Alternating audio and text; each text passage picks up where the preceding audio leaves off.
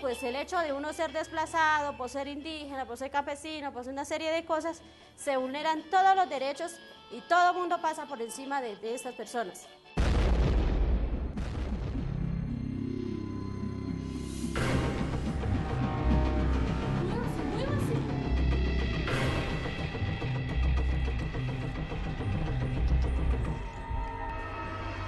El problema que tenemos nosotros aquí es más grave incluso que haber dejado nuestro país.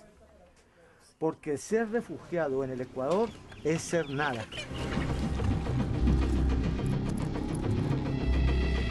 Nosotros no nos hemos desplazado porque hemos querido desplazarnos, sino por salvar nuestra vida.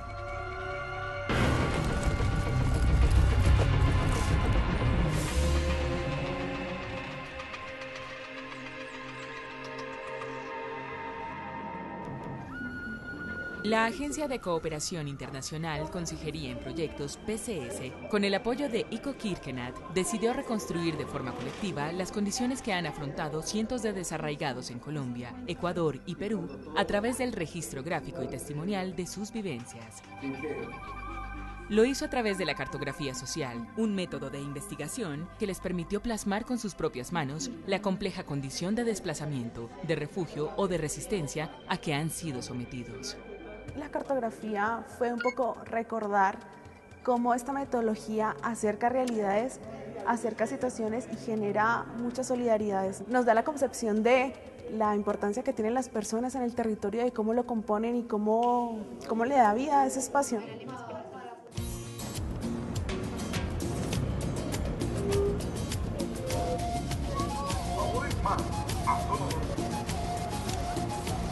Este va a ser el primer taller de cartografía social. Estamos en Colombia. Tenemos el desafío de hacer una cartografía nacional. Allá en los Montes de María. Hemos iniciado un ejercicio con 50 participantes, hombres y mujeres. Dibuje los grupos poblacionales o comunidades que históricamente han habitado la región. Identificando los puntos más importantes de los recursos naturales que hay en Colombia, asociados al tema de la inversión extranjera e igualmente asociados al mapa del conflicto armado interno en Colombia. Un conflicto que ha obligado a más de 4 millones de personas a abandonar sus tierras, en las que grupos armados, empresarios, terratenientes y narcotraficantes han puesto sus intereses económicos o estratégicos. Donde hay desplazamiento, hay violación de los derechos humanos, hay violación al derecho internacional humanitario. El caso del sur de Bolívar, que como lo podemos ver, tiene todos los actores armados, ¿no? Que de una u otra forma han generado desplazamiento, pero que ese desplazamiento se agudiza más a partir del 97 y 98, cuando empezaron a ver las incursiones de los paramilitares, ¿no? Empezaron con las masacres, ¿cierto? Desde 1982, el mundo conoció de este capítulo oscuro de la historia de Colombia que registraba el asesinato de decenas y decenas de personas como una estrategia de intimidación de los entonces crecientes grupos paramilitares. En principio, sus blancos eran poblaciones bajo el control territorial de guerrilleros en regiones como Urabá, Magdalena Medio y Meta. Pues hubo la masacre de Segovia en 1988, que es uno de los primeros sucesos fuertes que encontramos. Masacres como las del Golazo, después de la Chinita. Honduras y la Negra en 1988. La masacre de 1994 del Aro en Ituango. El suceso de Yarumal. Identificamos que hubo masacre, por ejemplo, en Colosó, hubo masacre en Chipilín, hubo masacre, la famosa masacre del Salado y Chengue. Sabemos que el río Magdalena como tal, ¿sí?, es el que tiene la cantidad de muertos, el río Cauca es el que tiene la cantidad de muertos allí. La masacre de la Gabarra en 1999, en Tibú, las dos grandes masacres de 1999 y 2000, en el Tarra, que es el corazón del Catatumbo. ¿Cuántas masacres no han habido? Más de 6 masacres en la región, en el Catatumbo? En la región del Catatumbo, en los años 99 en adelante, con la arremetida paramilitar, destruyó el tejido social. Están acabando prácticamente con nosotros de aquí, porque imagínense cada masacre cuánta gente nos ha matado. La gente se desplazó, los líderes fueron asesinados, acabando con las organizaciones de mujeres, las organizaciones campesinas, las cooperativas. Con la consolidación de las estructuras paramilitares y el crecimiento de los carteles de narcotraficantes, hechos similares se extendieron por buena parte del territorio nacional, al punto de que la Comisión Nacional de Reparación y Reconciliación registró 2.505 masacres ocurridas entre 1982 y 2007. El saldo fue de 14.660 víctimas, en su mayoría campesinos, indígenas y afrodescendientes. Veíamos eso, pero vemos también cómo la fuerza pública es generadora también de esos desplazamientos y esa violación de los derechos humanos y del derecho internacional humanitario.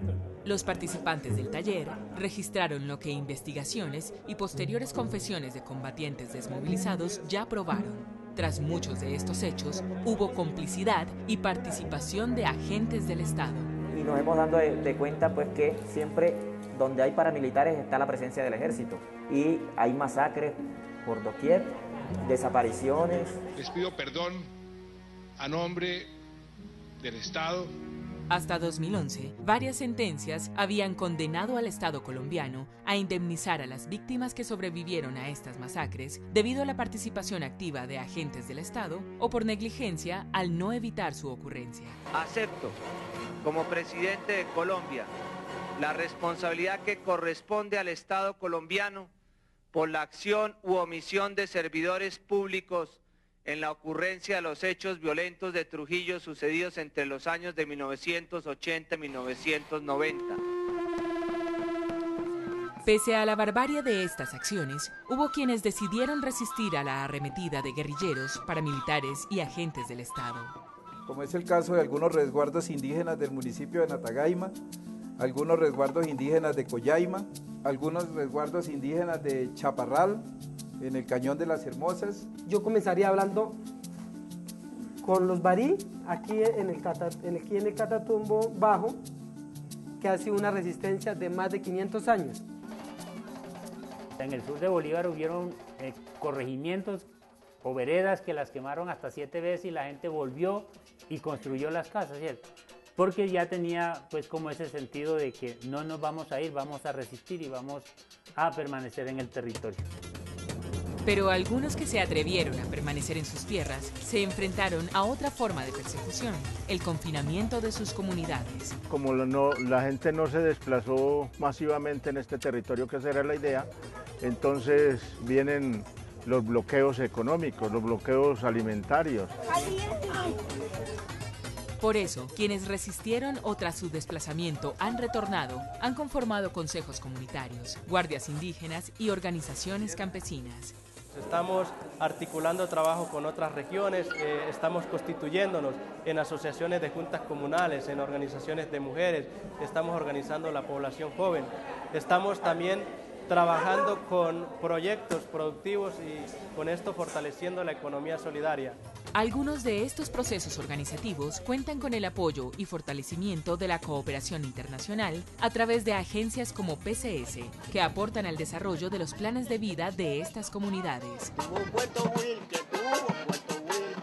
Y es desde allí, desde ese acompañamiento internacional, cómo logran ellos visibilizar su problema y cómo ese acompañamiento internacional permite en los territorios continuar resistiendo y continuar optando por una forma de vida. Allí, donde las presiones aún continúan, donde los muertos y los campesinos que siguen siendo sacados por la fuerza se cuentan por miles, existen tierras productivas y con valiosos recursos naturales. Han descubierto unas minas que llaman de coltán. En La Guajira se han explotado más de 100.000 hectáreas de carbón. Esto se ha causado un desplazamiento importante con los guayú. Aquí también tenemos el gran desafío de la pesca industrial, porque el área territorial culturalmente se ha manejado todo esto para la supervivencia de la gente. En la región de Tibú, Catatumbo Bajo, lo que es la zona de la Gabarra, hay grandes yacimientos de carbón a cielo abierto. Sobre las huellas de la barbarie, se han abierto paso iniciativas económicas a gran escala, nacionales y transnacionales, conocidas como megaproyectos. Son planes de minería, de agroindustria y de generación eléctrica, entre otros, que han desencadenado una de las peores crisis humanitarias de la historia del continente por cuenta del desplazamiento y el despojo. La cartografía social así lo demuestra. Ahí donde dicen qué casualidades de la vida, ¿no? 6 años de incursión paramilitar, de despojo, desplazamiento, y en el 2004 cuando se hace la desmovilización, en los primeros meses de 2005 comienzan a llegar las empresas petroleras. Así como el sur de Cesar está, el Cesar está concesionado para el carbón, esto está concesionado para la minería de oro. Igual Santander. Dentro de los índices de desplazamiento tenemos los megaproyectos de minería, la expansión del puerto de Buenaventura, la zona petroleras,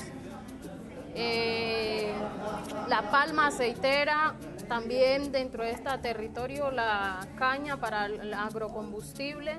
Además de eso, también los cultivos de uso ilícito que se han agravado en todo el andén pacífico y que hoy se han convertido en una situación grave. Esto también significa la pérdida de la seguridad alimentaria, pero también la contaminación ambiental que va a ocasionar toda esa explotación minera. Acá en Urabá, la interconexión vial que hace parte del Plan IRSA. Aquí tenemos el puerto de Urabá, tenemos el cultivo extensivo de palma y aceite, tenemos la extracción petrolera. En esta zona más abajo, en el Quindío Risaralda, tenemos la extracción de oro y las microcentrales y los proyectos energéticos que han venido explorando en esta parte de Antioquia cantidades de comunidades campesinas, lo mismo que en esta región. Otro de los factores también, digámoslo, no de desplazamiento, pero que sí afecta a la seguridad alimentaria de las comunidades y que ha desplazado históricamente el campesinado, es la extensión ganadera. Vemos como todo el Magdalena Medio, que antes fue una zona de reserva campesina, pero también fue históricamente una zona de producción de alimentos, hoy toda esta franja del Magdalena Medio es una zona ganadera. El gran proyecto, el proyecto internacional en esta esquina es el puerto internacional, que es un gran canal seco que inicialmente iba desde Turbo hasta el río, hasta Truando en el Pacífico, y al lado un oleoducto, porque en Urabá hay 3 sitios estratégicos para petróleo que son en Necoclí, en Currulao y en Carepa.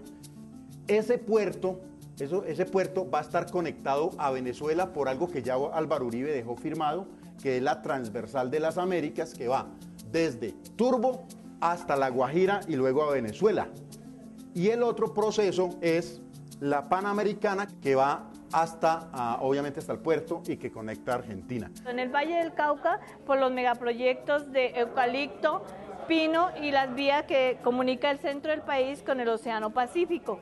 En el Cauca vemos varias extensiones, 350 secciones con el Cauca y el Valle de cultivos de caña de azúcar, que son en manos de 7 megaproyectos. En Nariño estamos mirando lo de la palma africana, igualmente que los otros departamentos, la minería. Y el Putumayo, la minería y la zona petrolífica, que son los megaproyectos que están desplazando a la cantidad de gente.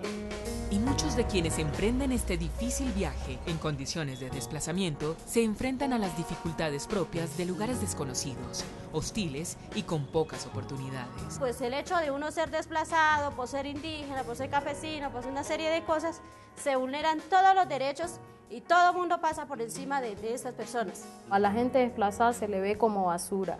Los desplazados afean, estorban y huelen mal. Es así de sencillo.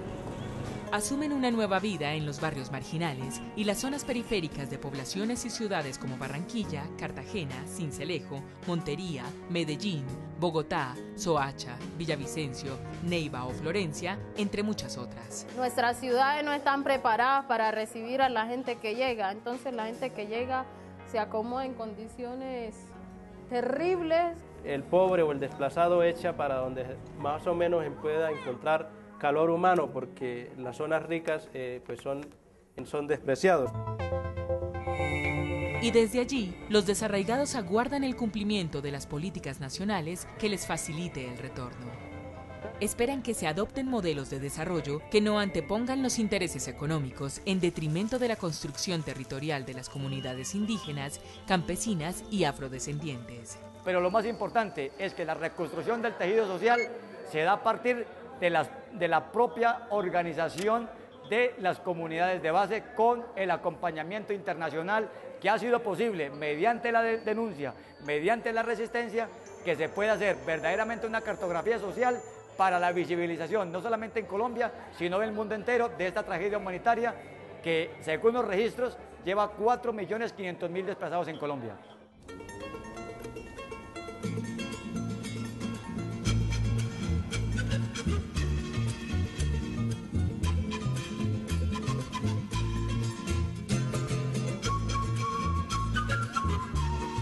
Este es el segundo taller de cartografía social. Estamos en Ecuador y en Ecuador vamos a trabajar con población colombiana en situación de refugio. Allí viene gente de Esmeraldas, de Sucumbíos y la población Aguá que se está ubicada en Lita. Las personas que están aquí en el taller son organizaciones que trabajan con refugiados, personas refugiadas o desplazadas por el conflicto armado y personas ecuatorianas también afectadas por el desplazamiento interno.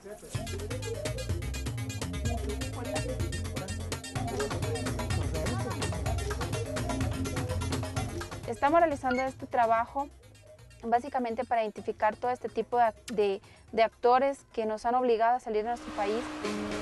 Históricamente, unos y otros han traspasado por diversas razones esta frontera de 586 kilómetros, pero desde el 2000, el número de colombianos en Ecuador aumentó drásticamente.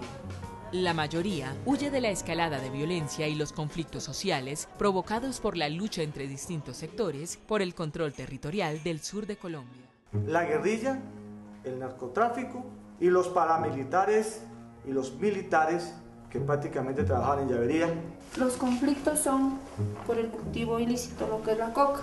Por ese motivo, los grupos subversivos están en las comunidades, presionando, haciendo sus pilatunas, matando, qué sé yo.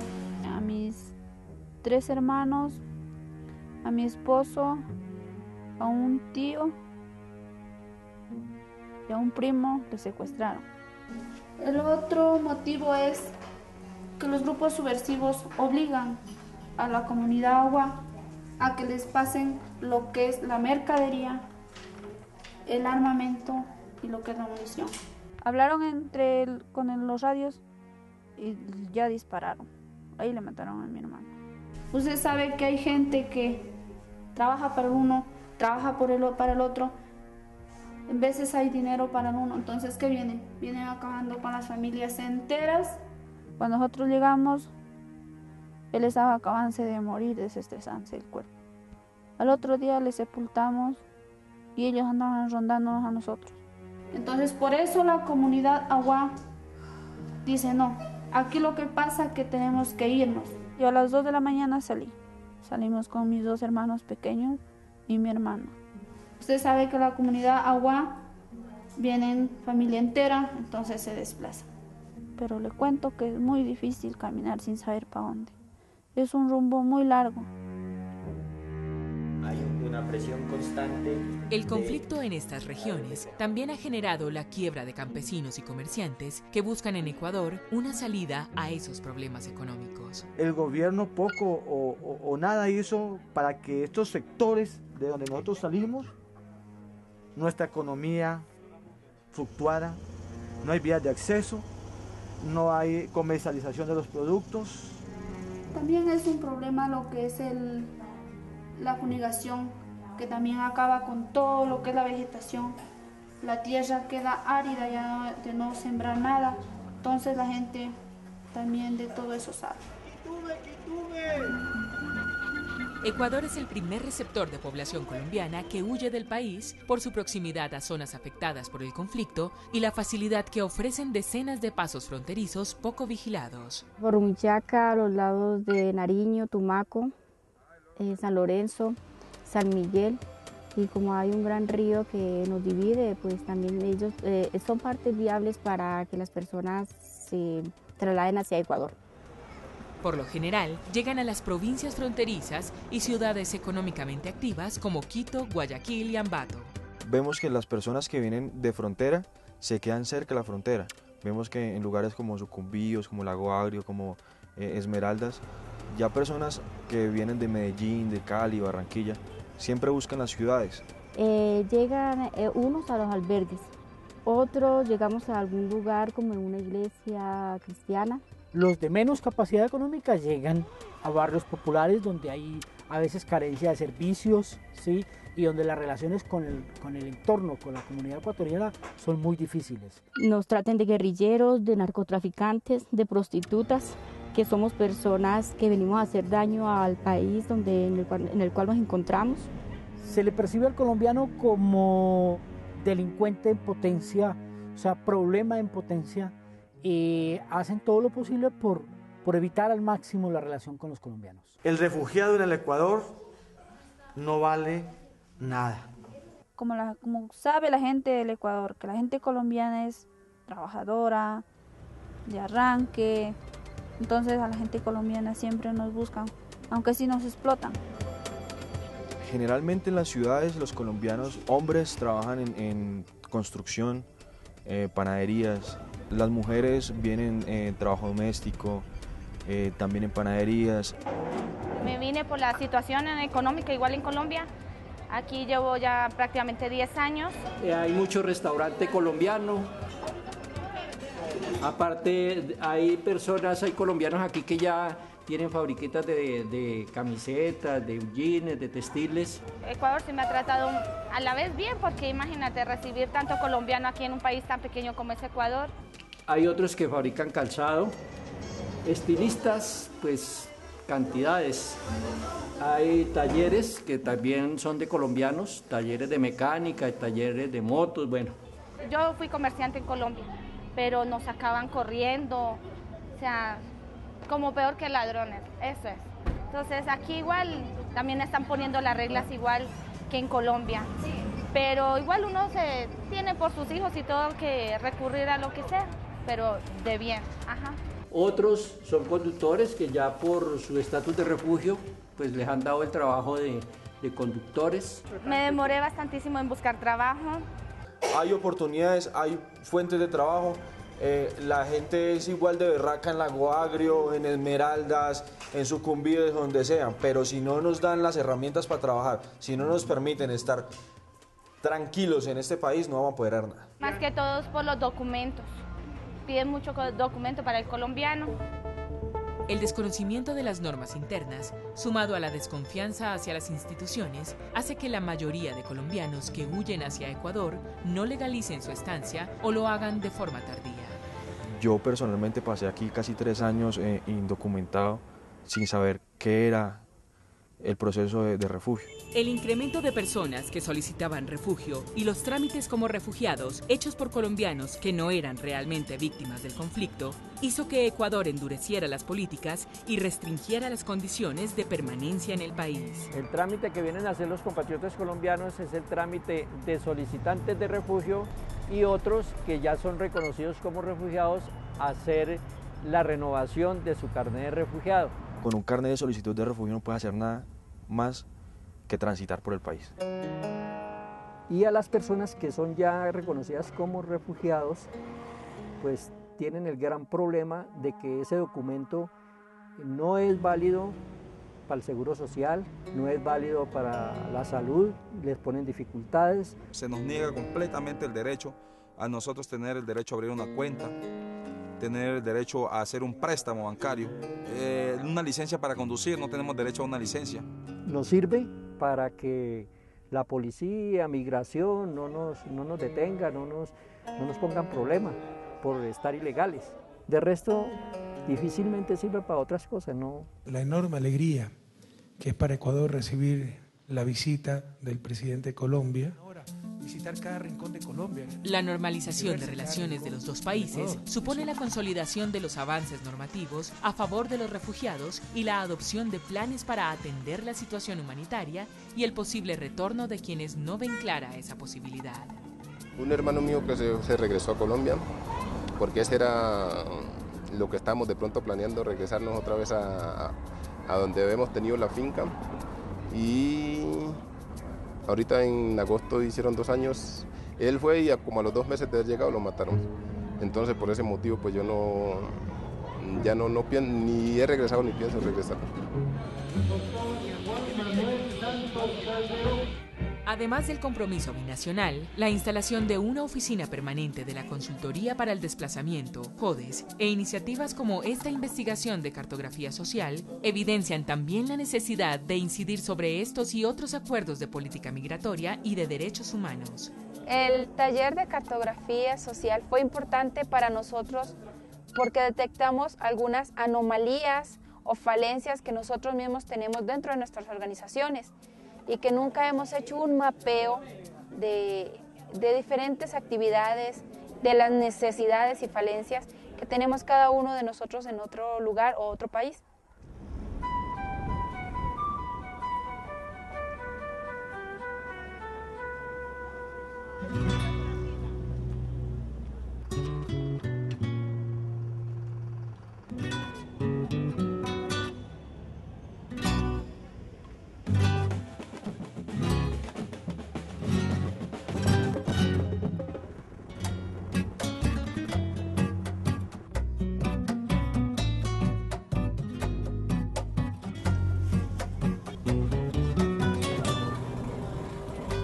Este es nuestro tercer taller de cartografía social. En Perú vamos a mirar la situación de la población desplazada que viene, digamos, en esta dinámica desde hace más de 20 años con condiciones muy difíciles que aún no han cambiado. Si bien es cierto que ha habido ya la baja de la violencia en el Perú, la problemática de los 650.000 desplazados mínimo sigue vigente sus problemas porque todavía no están siendo resueltos hasta la fecha. Es otro antiguo problema humanitario aún sin resolver. Cientos de miles de campesinos e indígenas peruanos desarraigados padecen los rigores de la violencia terrorista, una época que recuerdan con horror. Mataban al papá, a la mamá, a los niños lo dejaban en la puerta, lo quemaban la casa y lo dejaban a los huérfanitos sin absolutamente nada. He visto a una señora embarazada abierto su barriga y botaba el bebé afuera. Algunos han sido quemados, algunos han sido cortadas sus orejas. Nos enfrentamos entre hermanos, padres, hijos, entre vecinos, evangélicos contra católicos. Los muertos eran así como leña, que le pones al sol para secar, igualito te ponían los muertos. Son relatos de 2 décadas de una catástrofe humana cuyos principales perpetradores fueron guerrilleros, agentes del Estado y campesinos obligados a armarse. Hay momentos en que nos pusimos entre 3 fuegos. Se iniciaba una dictadura que cambiaría el rostro del Perú. En la década de los 70, Perú estaba bajo un régimen militar, mientras movimientos políticos revolucionarios tomaban fuerza bajo una influencia tardía del comunismo de Europa y Asia que ya enfrentaban crisis y fracturas. Pronto varios de estos movimientos asumieron la lucha armada para conseguir, según decían, la reivindicación de los derechos de los más pobres. Y fue el Partido Comunista Peruano, Sendero Luminoso, el que más desestabilizó a la sociedad peruana a partir de sus primeros golpes terroristas en 1980, justo con el regreso de la democracia. Escuchábamos unos rumores de que venían por zonas Ayacucho, Apurímac, Huancavelica, están naciendo los senderos, dice. Sendero, al mando de su creador, el profesor Abimael Guzmán, también llamado Presidente Gonzalo, se organizó como milicias y luego guerrillas que emprenderían su lucha en el campo, buscando el apoyo de sectores de la población.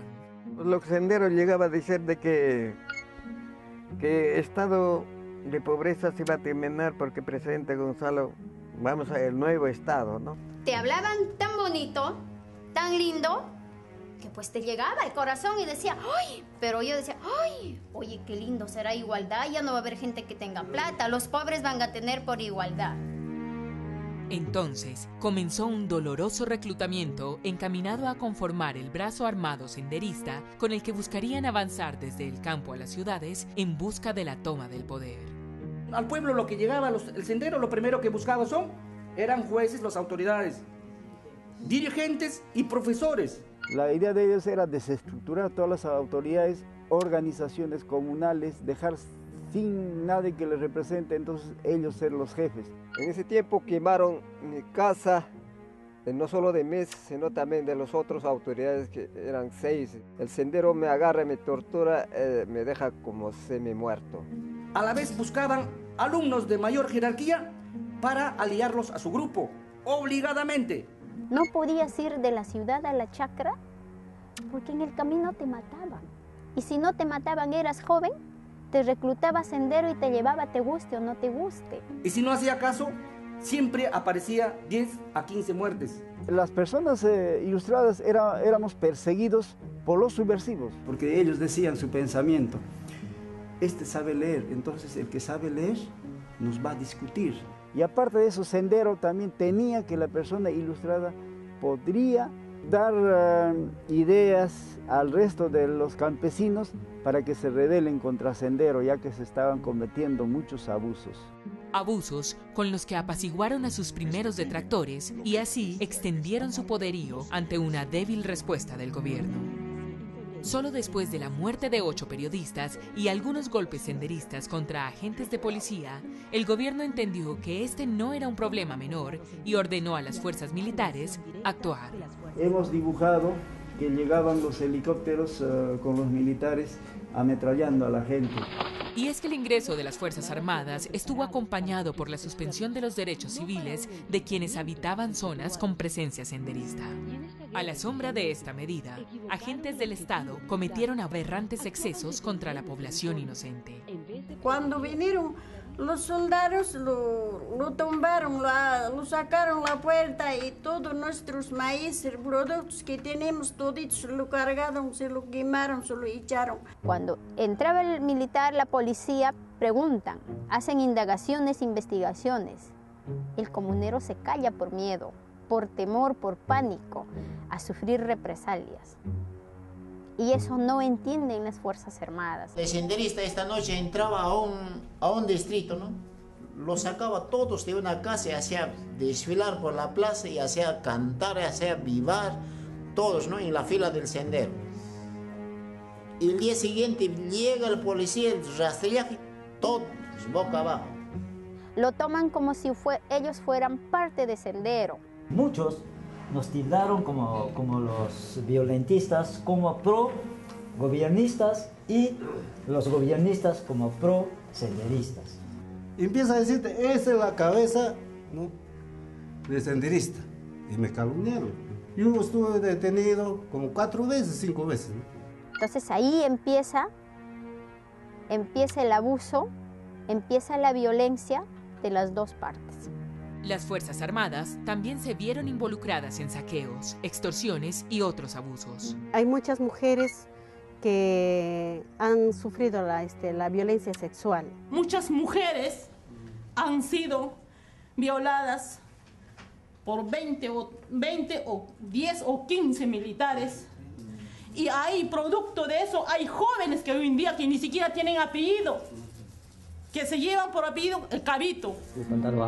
Los campesinos que desaprobaban el accionar de Sendero organizaron con el visto bueno oficial grupos de autodefensas también llamados rondas campesinas, provistos de algunas armas entregadas por el ejército.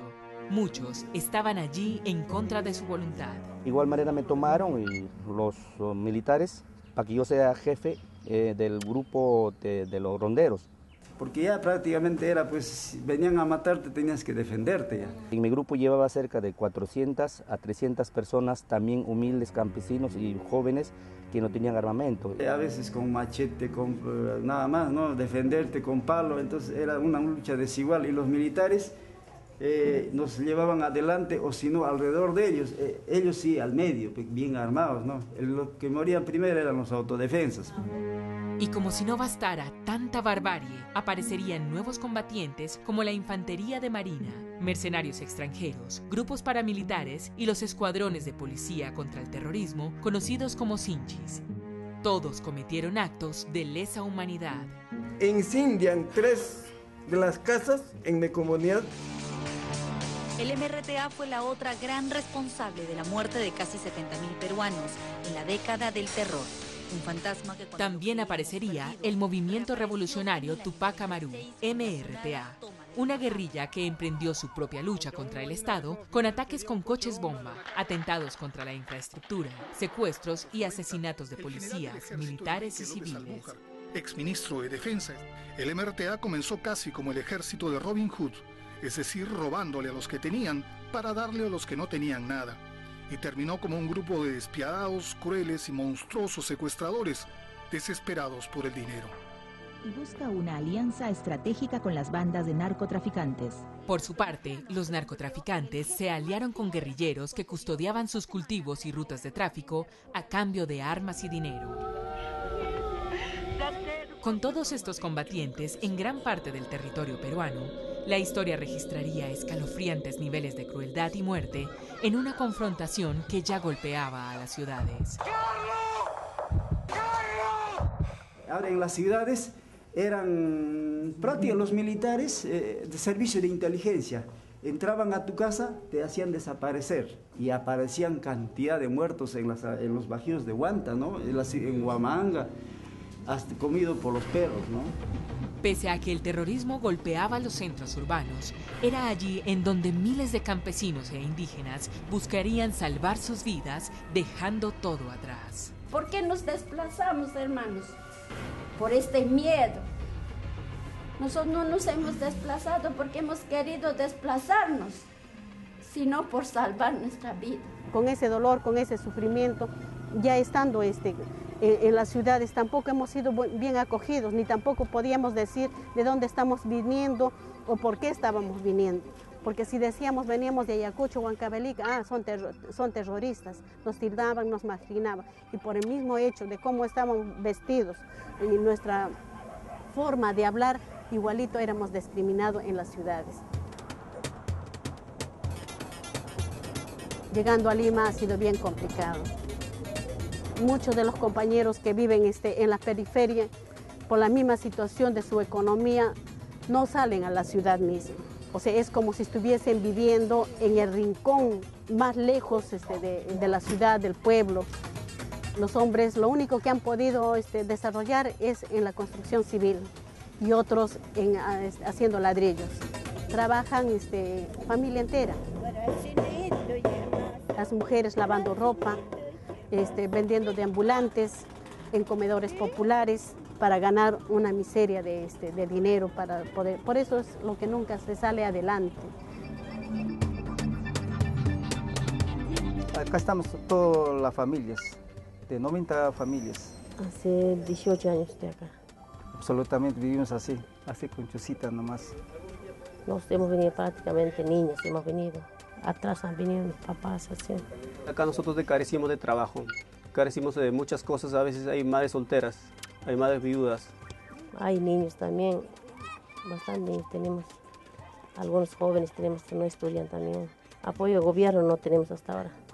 Había una necesidad urgente de organizarse, tal vez no con ese nombre de organizarse, sino estar en grupo, para ver qué hacemos, cómo recepcionamos a tanta cantidad que venía de desplazados. Yo creo que es una herramienta de lucha, por tanto ya tenemos logrado, por ejemplo, la ley de los desplazados, la 28223, como también la ley del Plan Integral de Reparaciones. Ahora, no basta las leyes, hay muchos puntos que no están tan claros. Criollamente se dice, estas normas se están quedando en el papel, ¿no? No nos ha salido todavía, ahora reparación colectiva va a salir, dice, pero todavía no nos ha dado. Lo que hemos perdido, ni con 10.000, ni 20.000 vamos a poder recuperar lo que nosotros hemos perdido. ¿Somos víctimas o no somos víctimas? Nosotros hemos quedado traumados y nuestros maridos enfermos. Físicamente y psicológicamente hemos quedado enfermos. El tema del retorno a estas alturas del tiempo no está siendo una opción. Han pasado un promedio casi de 25 a 30 años. Llegas a tu comunidad, ya eres ajena. Ya no encontramos ese pedazo de terreno o la casa está destruida o simplemente ya son acogidas por otras personas que han venido también de otras comunidades. Porque el Estado, en la gran mayoría, ha entregado una documentación a través de COFOPRI, que es una instancia que acredita, certifica la posesión de terrenos, y ya lo han hecho en muchos casos, ¿no? Entonces no hay formas para poder recuperar los bienes, ¿no? En el 2000, el gobierno dio por terminado el periodo de violencia interna en el Perú tras la desarticulación de los grupos guerrilleros y la captura de algunos de sus miembros. Aún así, la mayoría de los agentes del Estado y los responsables de las violaciones de los derechos humanos en este conflicto no han sido castigados. Hechos posteriores y reportes oficiales indican que la amenaza aún está latente.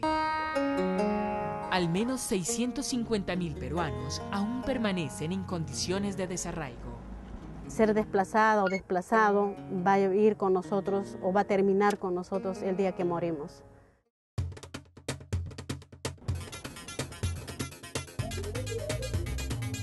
Este es nuestro último taller, es el taller trinacional. En este taller trinacional nos acompañan delegaciones de Colombia, de Ecuador y de Perú. En este taller buscamos mostrar un poco las conclusiones de los talleres de cartografía nacional y bueno, las organizaciones están interesadas en impulsar una agenda regional que permita visibilizar y posicionar el tema del desplazamiento y del refugio como una problemática central en los tres países. El último taller de cartografía social comenzó con el convencimiento de que el desarraigo en la región puede ser abordado y discutido de forma común, pues también tiene orígenes comunes. Desconocimiento de la consulta previa, arrasamiento de territorios indígenas, desconocimiento de los derechos de las comunidades afrodescendientes. Coinciden en que los conflictos armados internos y los poderosos intereses económicos siguen afectando y amenazando a miles y miles de personas en Colombia, Ecuador y Perú. Y otros problemas que ya se están generando con la venta de parte del Estado de las tierras comunales sin la consulta popular a transnacionales. Ya está la minera, la petrolera, está la represa que se me construye y que va a generar, y en algunos casos ya ha generado procesos de desplazamiento.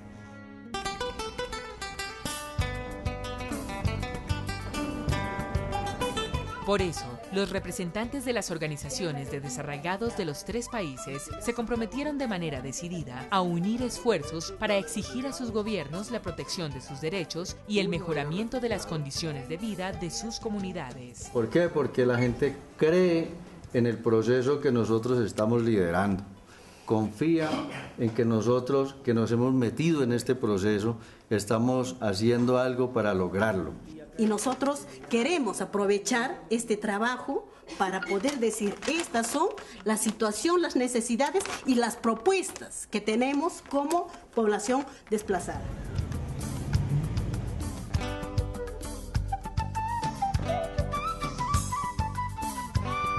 Los líderes de los desarraigados habían llegado a Quito con el propósito de integrarse y crear una instancia con una agenda común y con tareas y estrategias claras. Esta instancia estaría conformada por 3 representantes de cada país. Decidieron que entre los elegidos está Marcelino y estoy yo. Y también se decidió elegir un suplente, y ese suplente es Reinaldo. Venimos representando a Perú. Teófilo Orozco, Rufino Rivera y el compañero Julio. De Colombia, entonces está Óscar Salazar y está Eduardo Arias, y de suplencia Francia Elena. ¿Cuál es el nombre que ustedes proponen? Yo propondría que mientras se llegue, digamos, a lo que nosotros queramos avanzar, tenga un nombre como de coordinación, porque es un espacio más de coordinación. Puede ser algo así como coordinadora andina frente al desarraigo forzado. Esto va a permitir a los 3 países decirle a los gobiernos que ellos están obligados a través de los convenios y los pactos internacionales y convenciones a que los refugiados que hayan tienen que brindarse todas las garantías y tener también programas sociales para que ellos vayan buscando poco a poco su estabilización. Y también poner sobre la agenda internacional la violación sistemática de estos países a los derechos fundamentales, a los derechos humanos que les han sido violados. En esto estamos diciendo que hay que restituir los derechos. Una de las funciones nuestras es que estos países cumplan el derecho internacional humanitario.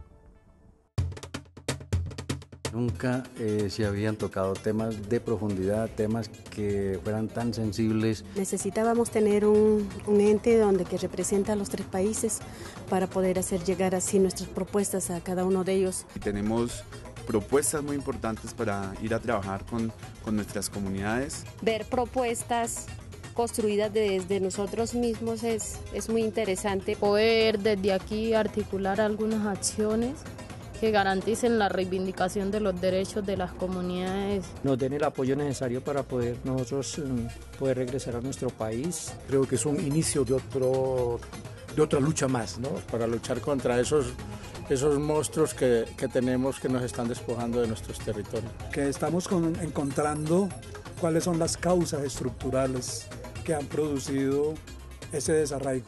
También nos queda la unidad, una amistad entre cada uno de los países, entre cada una de las organizaciones participantes.